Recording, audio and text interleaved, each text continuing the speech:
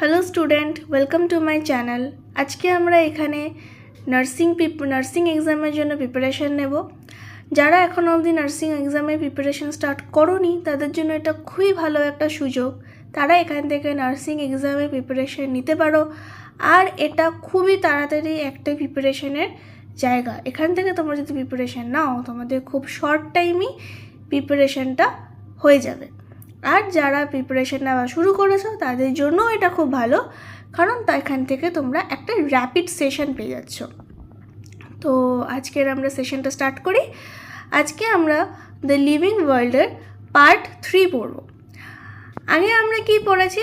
আগের আমরা দুটো সেশনে পড়েছি, একটা ইন্ট্রোডাকশন অফ লিভিং ওয়ার্ল্ড এই সাবজেক্টটাতে, এই চ্যাপ্টারটাতে কী আছে আমরা সেটা পড়েছি। তাহলে একটা ফ্লো চার্ট পড়েছি।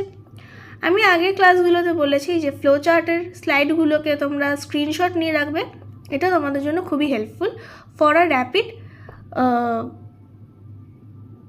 কী বলে ওটাকে, একটা র্যাপিডলি পড়ার জন্য। ওকে,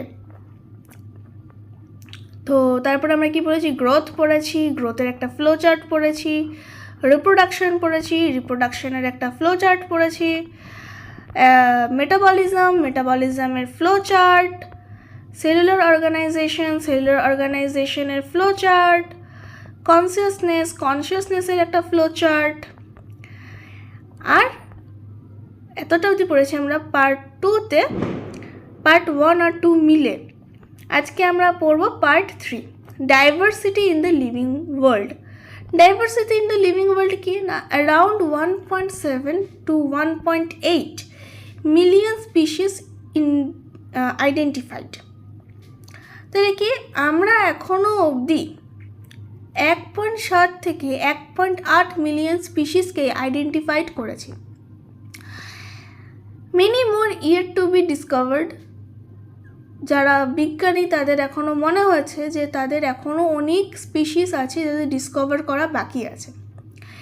India is one of the 12 mega biodiversity country.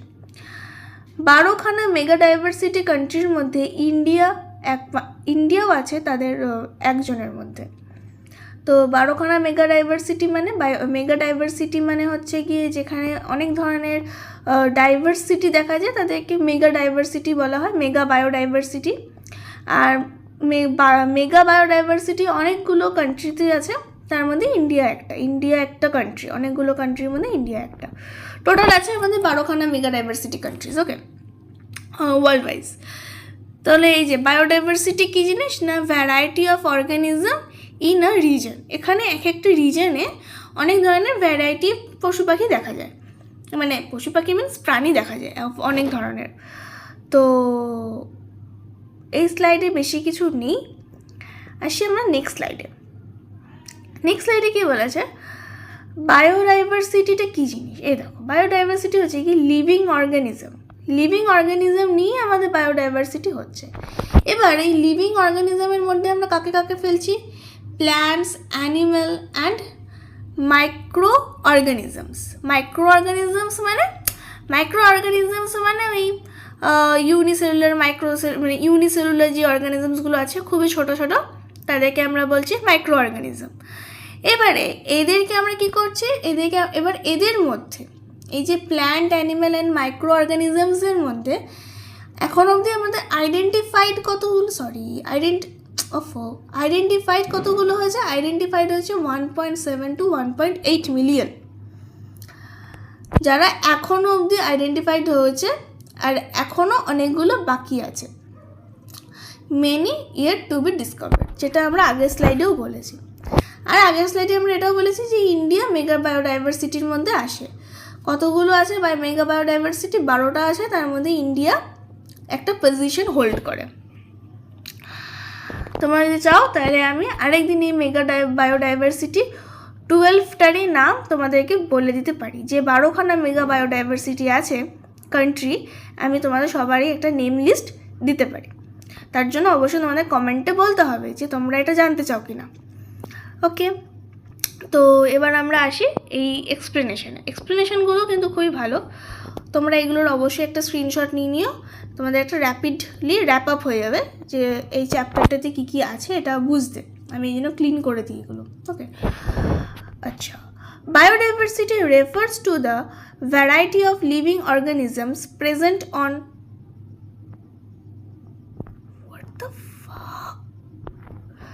আচ্ছা, biodiversity refers to the variety of living organisms present on earth।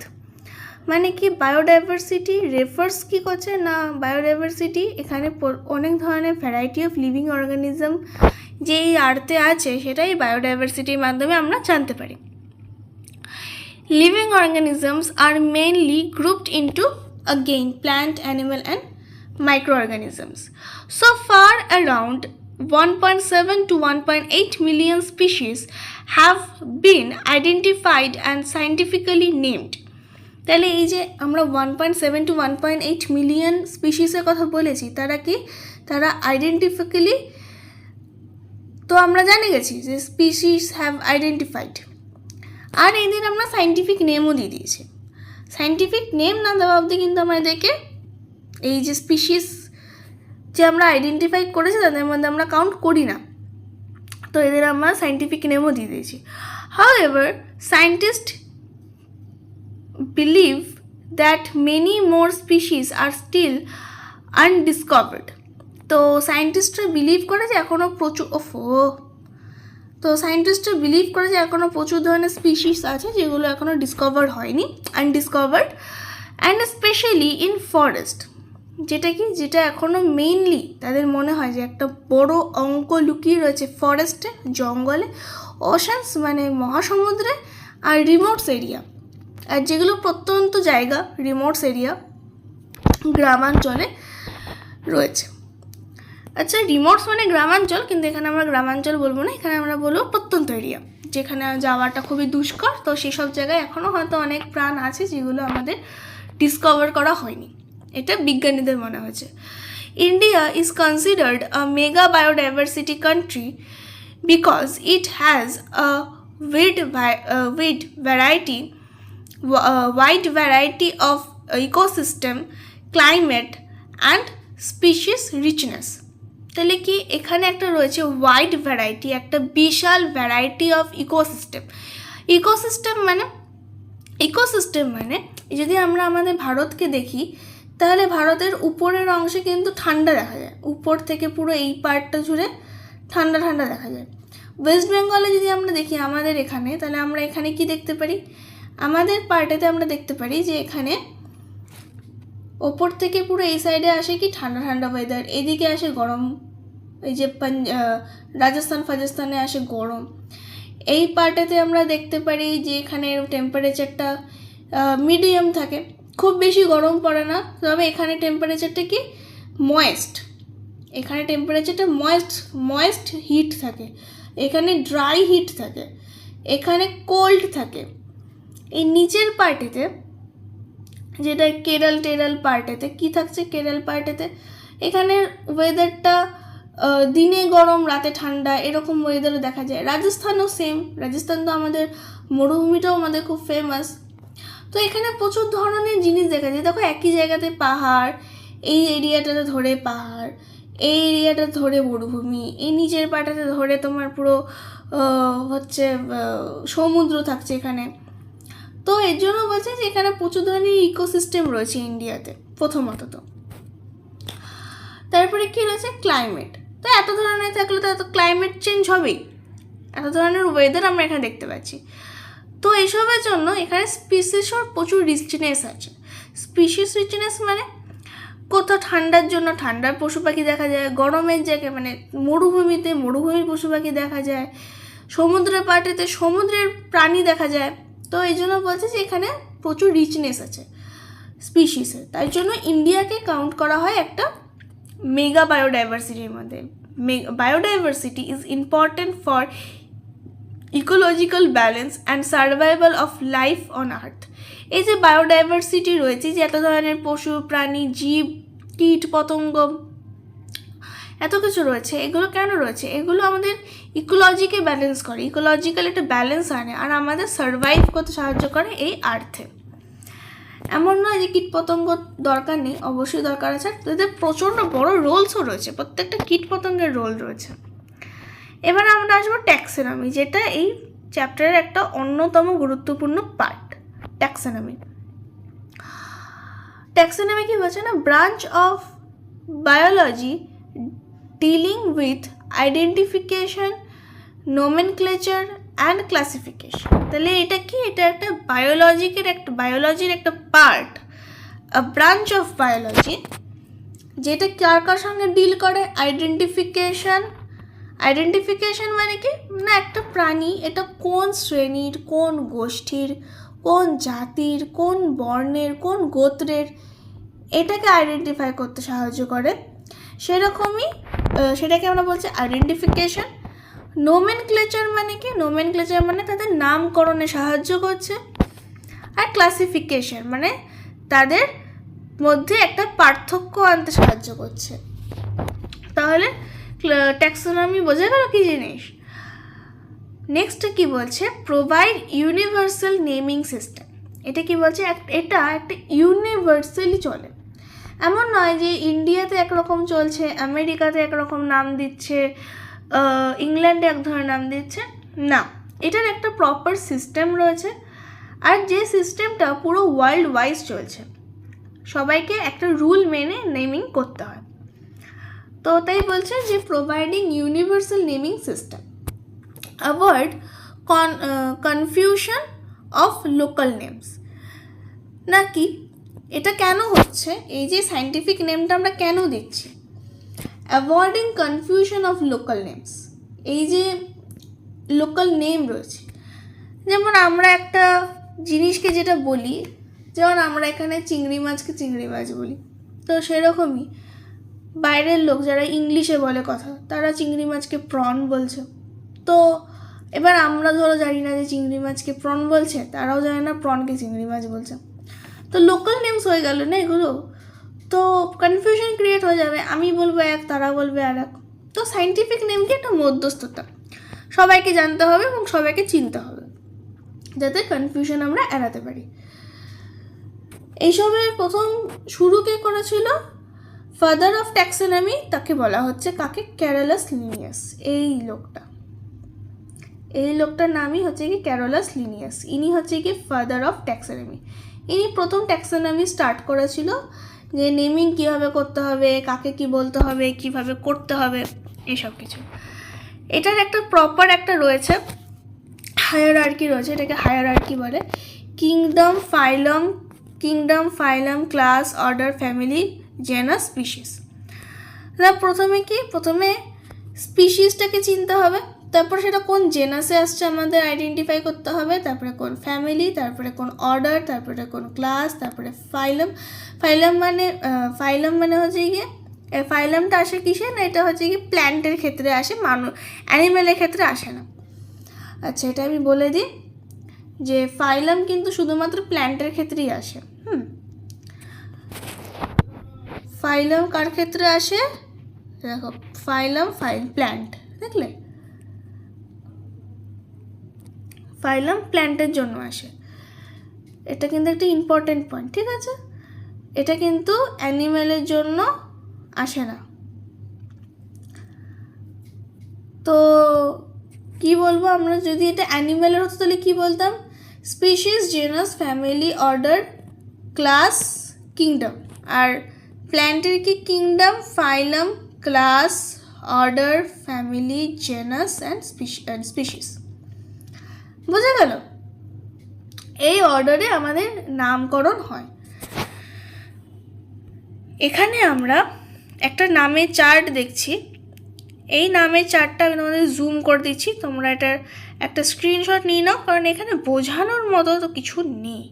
এটা হচ্ছে কি এনসিইআরটির একটা টেবিল, যেটা আমি এখানে পেস্ট করে দিয়েছি। তো এটা তোমরা এখানে নিয়ে নাও, ছবি তুলে একটা স্ক্রিনশট। আর এটা প্রচণ্ড ইম্পর্ট্যান্ট, এখানে রয়েছে common name, biological name, genus, family, order, class and phylum division. ঠিক আছে, ফাইলাম হচ্ছে কি আসছে কার জন্য, ফাইলাম ওয়ার্ডটা আসছে তোর অ্যানিমেলের জন্য, আর ডিভিশন কথাটা আসে প্ল্যান্টের জন্য। কেমন? তো যখন আমরা এই জন্য ফাইলামের ডিভিশনকে আমরা একই পার্টে রাখি, ঠিক আছে? তো এটা হচ্ছে কি একটা তো টেবিল, এই টেবিলটা তোমরা পড়বে, স্ক্রিনশট নিয়ে নাও। আচ্ছা, চলে যাই আমরা নেক্সটে, সিস্টেমেটিক্স। সিস্টেমেটিক্স হচ্ছে গিয়ে study of diversity and evolutionary relationship among organism. তাহলে কি study of diversity and evolutionary relationship among organism. এখানে আমরা যে অর্গানিজমসগুলো আছে তার সম্পর্কে কী পড়াশোনা করব না, এখানে ডাইভার্সিটি কীরকম আছে, মানে ইকোলজিক্যাল নিয়ে পড়াশোনা করব, প্রত্যেকটা ডোমেন নিয়ে পড়াশোনা করব। এখানে সিস্টেমেটিক্সে সেই সবগুলো রয়েছে। আর তাদের মধ্যে কীরকম ধরনের রিভলিউশন মানে কী ধরনের উন্নত জিনিস আমরা দেখতে পারি, মানে স্পিসিস যখন এক ধরনের মানে ইনিশিয়াল স্টেট থেকে যখন হায়ার স্টেটে যায় তখন তাদের মধ্যে কিছু চেঞ্জেস আসে। সেই চেঞ্জেসগুলো নিয়ে আমরা এখানে পড়াশোনা করব। এটা কি কয়েন্ড বাই ক্যারোলাস লিনিয়াস। এটাও ক্যারোলাস লিনিয়াস প্রথম করেছিল। আইডেন্টিফিকেশন, এই যে identification, nomenclature, classification and phylogeny, ঠিক আছে? এটা হচ্ছে কি সিস্টেমেটিক্সের পার্ট। তার কি বলছে, modern systematics considered morphology, anatomy, cytology and molecular biology. Carolus Linnaeus তো এগুলোর ওপরে পুরোটা বানিয়েছিল, পুরো পার্টটাই এইসবের ওপরে বানিয়েছিল। কিন্তু মডার্ন যে সিস্টেমেটিক্স যারা করছে তারা কি বলেছে, তারা বলেছে যে এগুলোর ওপরে শুধু ডিপেন্ড করলে সিস্টেমেটিক্স আমরা করতে পারবো না, কারণ এখানে এভলিউশন আছে। এভলিউশনের জন্য আমাদের কী করতে হবে, তাদের morphological, anatomical, morphological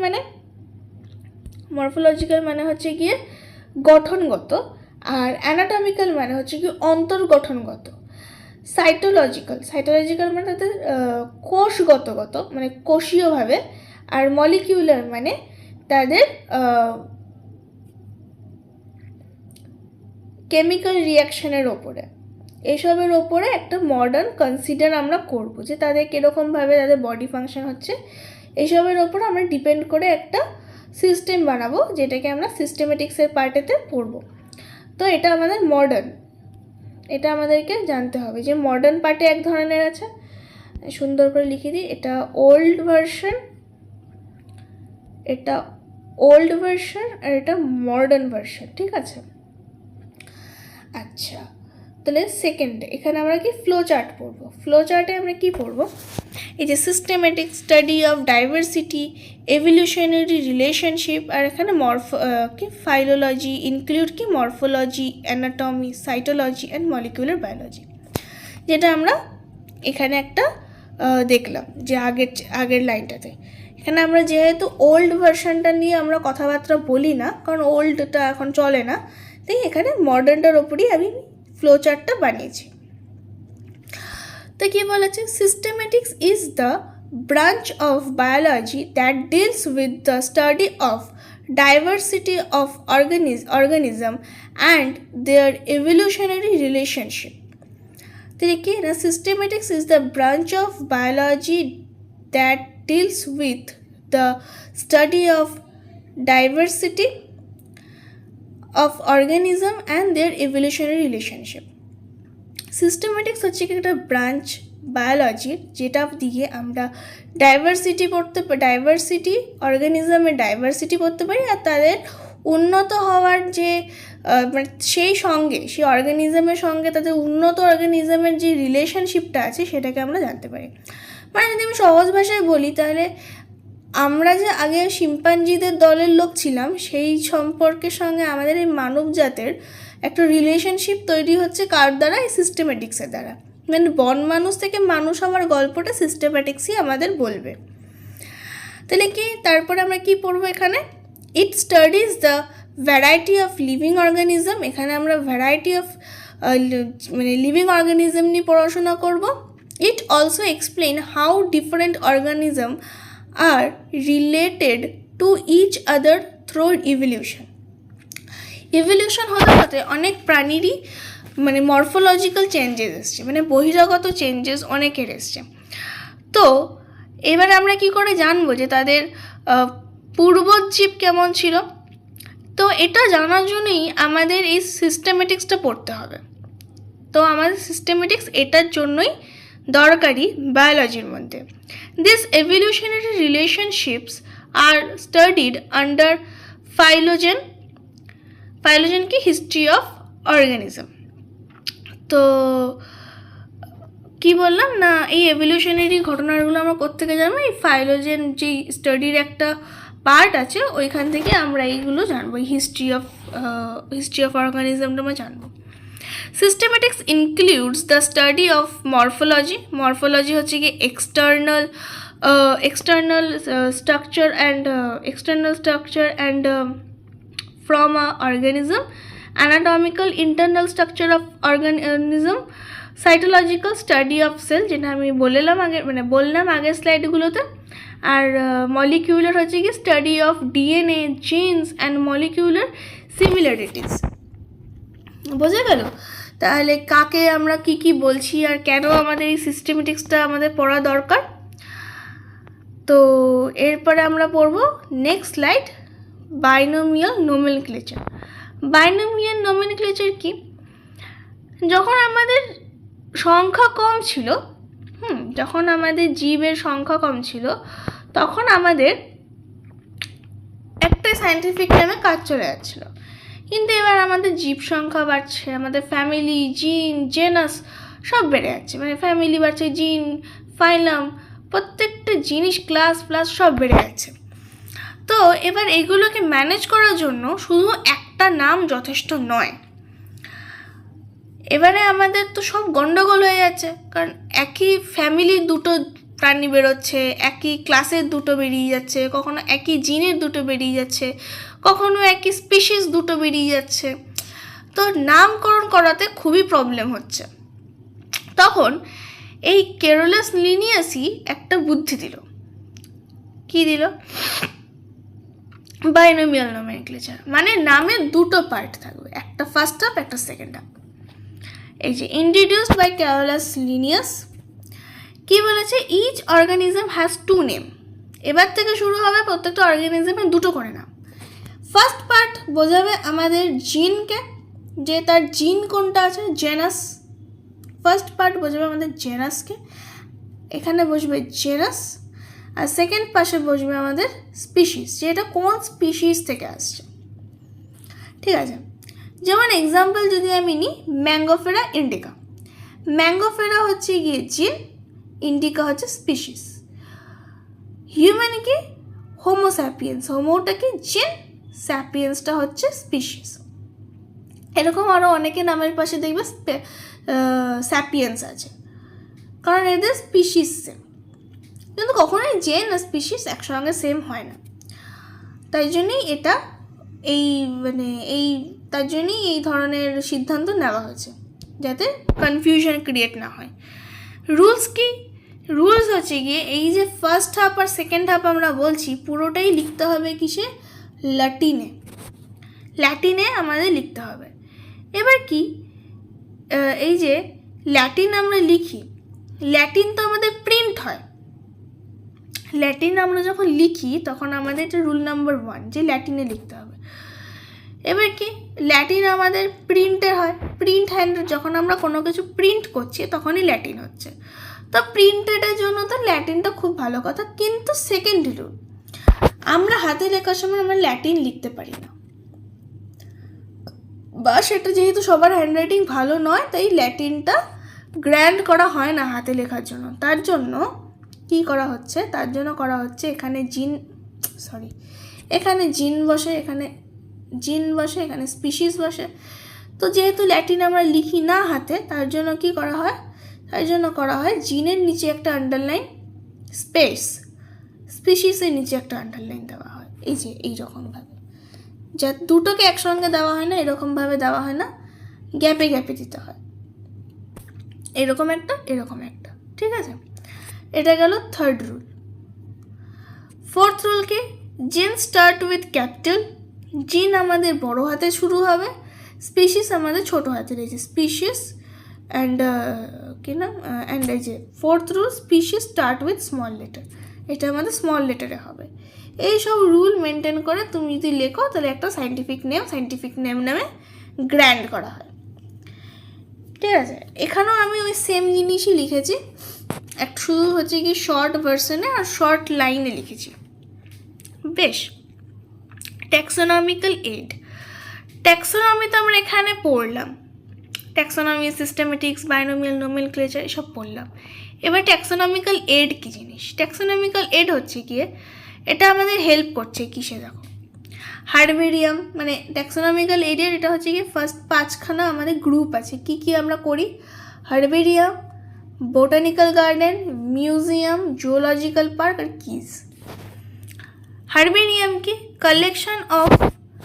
collection of dead and praised plant species। আমরা এখানে কালেকশন করি ডেড পার্ট, মানে ডেড পার্ট নয় অফকোর্স, মানে আমরা একটা পার্ট নিই, সেটাকে আমরা ডেড অবস্থায় নিই, ডেড করি, নেওয়ার পরে ডেড করি, সেটাকে আমরা মেরে ফেলি, কিন্তু সেটাকে আমরা প্রেসড করি। ঠিক আছে, তারপরে কি করি না, মাউন্টেড অন হার্বেরিয়াম শিট, তারপরে সেটাকে আমরা হার্বেরিয়াম শিটের ওপরে লাগাই, কি কন্টেন্ট লেভেল লিখি যে এটা কি নাম, কোন ফ্যামিলির, একটা ডেটাবেস তৈরি করি, কালেক্টরের নাম লিখি, এসব করি। Are used for plant identification, এগুলো আমরা কেন করি, প্ল্যান্ট আইডেন্টিফিকেশনের জন্য করি। হার্বেরিয়ামটা প্ল্যান্টের কালেকশনকে বলা হয় হার্বেরিয়াম।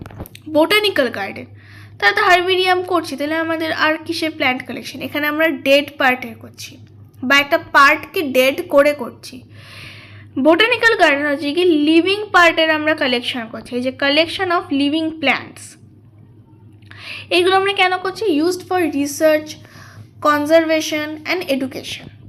যেমন ইন্ডিয়াতে রয়েছে Indian botanical garden.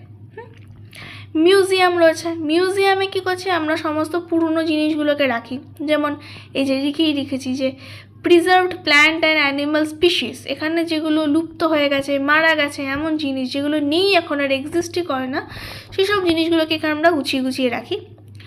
Specimen stored in jar with preservatives, যেগুলো রয়েছে স্পেসিমেন্স যেগুলো রয়েছে, যেগুলো কোষীয় জিনিস, যেমন ধরো কোনো কারোর কিছু হলো, কোনো বডি অর্গান, তো সেগুলোকে আমরা প্রিজারভেটিভসের মধ্যে রাখি।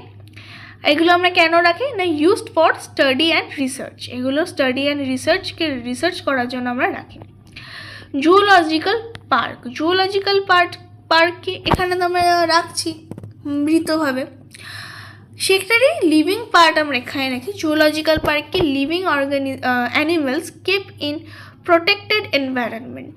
জুওলজিক্যাল পার্ক অনেকটা জুয়ের মতো, কিন্তু জু নয়, কারণ জুয়ে অ্যানিমেল বন্দি অবস্থায় থাকে আর আমরা ঘুরে ঘুরে দেখি, আর জুওলজিক্যাল পার্ক উল্টো, জুওলজিক্যাল পার্কে আমরা বন্দি থাকি, পশু পাখিরা ঘুরে ঘুরে আমাদের দেখে। বোঝা গেল? প্রোভাইড ন্যাচারাল হ্যাবিটেট কন্ডিশন, এদেরকে মানে এমনই জায়গায় রাখা হয় যেখানে তাদের মানে তারা যে বাতাবরণে থাকে সেই আবহাওয়ার মধ্যে তাদেরকে রাখা হয়। Used for education and conservation, কেন রাখা হয় না, এদের ওপরে স্টাডি করা হয়।